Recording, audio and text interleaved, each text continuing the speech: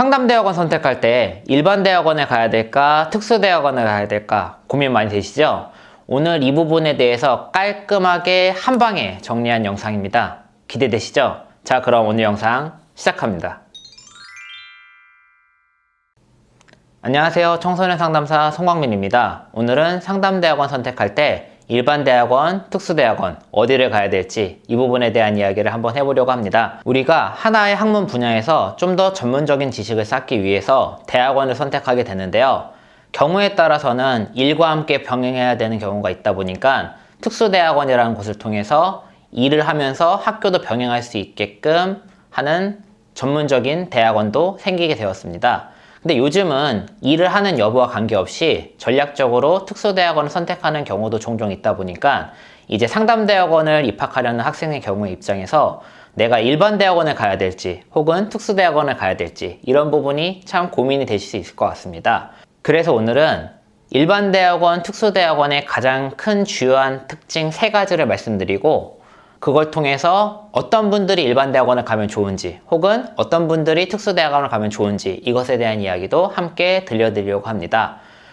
일반 대학원과 특수대학원은 여러 가지 차이가 있지만 가장 주요하게 봐야 될 차이는 3가지입니다. 첫 번째는 수업 시간의 차이예요. 일반 대학원의 경우에는 일을 하지 않는다는 전제하에 수업 시간이 편성되다 보니까 주간 시간에 주로 그 다음에 일주일에도 2, 3일에 걸쳐서 수업이 편성되어 있고요. 특수대학원의 경우에는 보통은 주 2일인데 교육대학원 같은 경우는 교직 일수가 있다 보니까 주 3일 정도, 그리고 저녁 시간에 대부분이 수업 시간으로 편성이 되어 있습니다. 그래서 일반 대학원과 특수대학원의 가장 큰 차이는 수업 시간이 다르다. 주간과 야간으로. 이게 첫 번째 차이고요.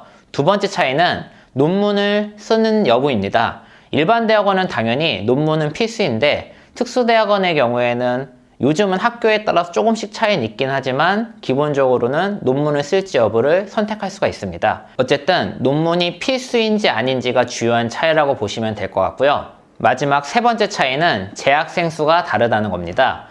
이 부분도 학교마다 차이가 있긴 하지만 기본적으로는 일반 대학원 학생 수가 조금 더 적은 인원에서 수업을 듣게 됩니다. 수업을 들을 때 인원의 차이는 바로 수업의 질을 결정하게 되는데요. 그건 왜 그러냐면 아무래도 한 과목당 듣는 인원수가 10명 미만일 경우와 보통 20명 내외의 경우에 수업의 진행 방식도 차이가 생기고 조금 더 밀도 있게 조금 더 빡세게 시킬 수 있느냐 이런 여부들도 차이가 생길 수 있게 됩니다.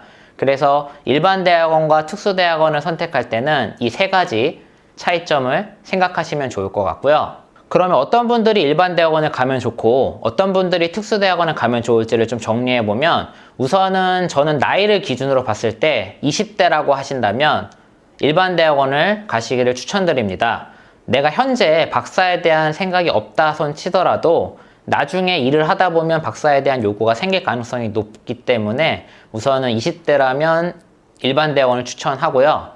또 20대인 경우에는 수업을 좀 더 빡세게 하는 환경에서 뭔가 전문성을 기를 수 있는, 제가 항상 누누이 강조하는 상담의 기본기라고 하죠. 그런 걸 조금 더 쌓기 좋은 환경이 아무래도 좋다라고 보기 때문에 일반 대학원을 가기 추천드리고, 그리고 현재 내가 지방에 살고 있는데 현실적으로 서울에 있는 대학원을 가기가 어렵다 혹은 멀리 통학을 해야 된다 이런 상황이라고 하신다면 지방에 있는 국립대 중에서 일반 대학원을 추천드립니다.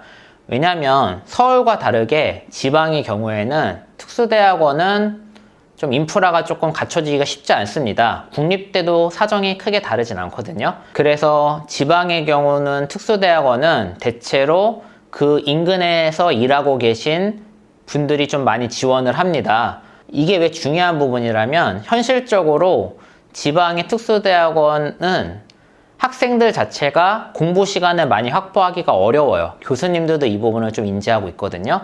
그렇다 보니까 수업의 난이도나 과제를 내주거나 시험을 본다거나 이런 부분에 있어서 학생들의 편의를 많이 봐주게 됩니다. 다시 말해 수업 자체가 대학교와 비교했을 때 크게 더 높은 수준을 요구하지 않는 상황이 많이 있다. 수업이 소위 빡세지가 않다. 다시 말해 지방에 계신 분이라면 특히나 일을 안 하고 계신다 했을 때는 일반 대학원을 저는 가기를 추천드리고요. 마지막으로 내가 박사를 꼭 가야겠다라고 생각을 하신다면 어차피 논문을 쓰셔야 되니까 좋은 환경에서 공부하시는 게 좀 더 낫기 때문에 일반 대학원을 추천합니다.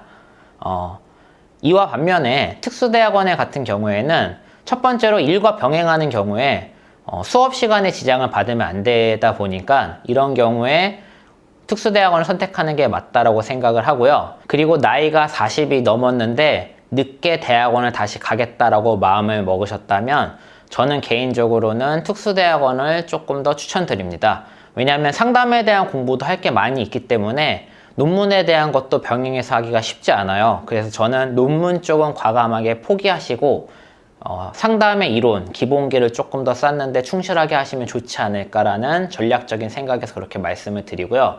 왜냐하면 현실적으로 20대의 머리를 따라가기가 쉽지 않습니다. 우리가 20살 때는 비교적 머리가 팽팽 잘 돌아갔는데 나이가 들다 보면 조금씩 암기력이라던가 공부 학습력이 조금 낮춰질 수밖에 없거든요. 이런 부분들을 고려해서 조금 전략적으로 논문 쪽은 확실히 버리고 그 다음에 상담이론은 대신에 좀 철저하게 잘 챙기는 이런 쪽으로 전략적으로 선택하는 게 어떨까라고 생각이 들고요. 그리고 만약 내가 너무 논문을 쓰기 싫다라고 하신다면 당연히 특수대학원을 선택을 하셔야겠죠. 마지막으로 내가 현재 교직 이수를 하지 않았는데 나는 임용고시를 봐서 학교에서 일하고 싶다라고 하신다면 당연히 교직 이수를 받을 수 있는 교육대학원을 선택하셔서 임용 준비를 창실하게 하셔야겠죠.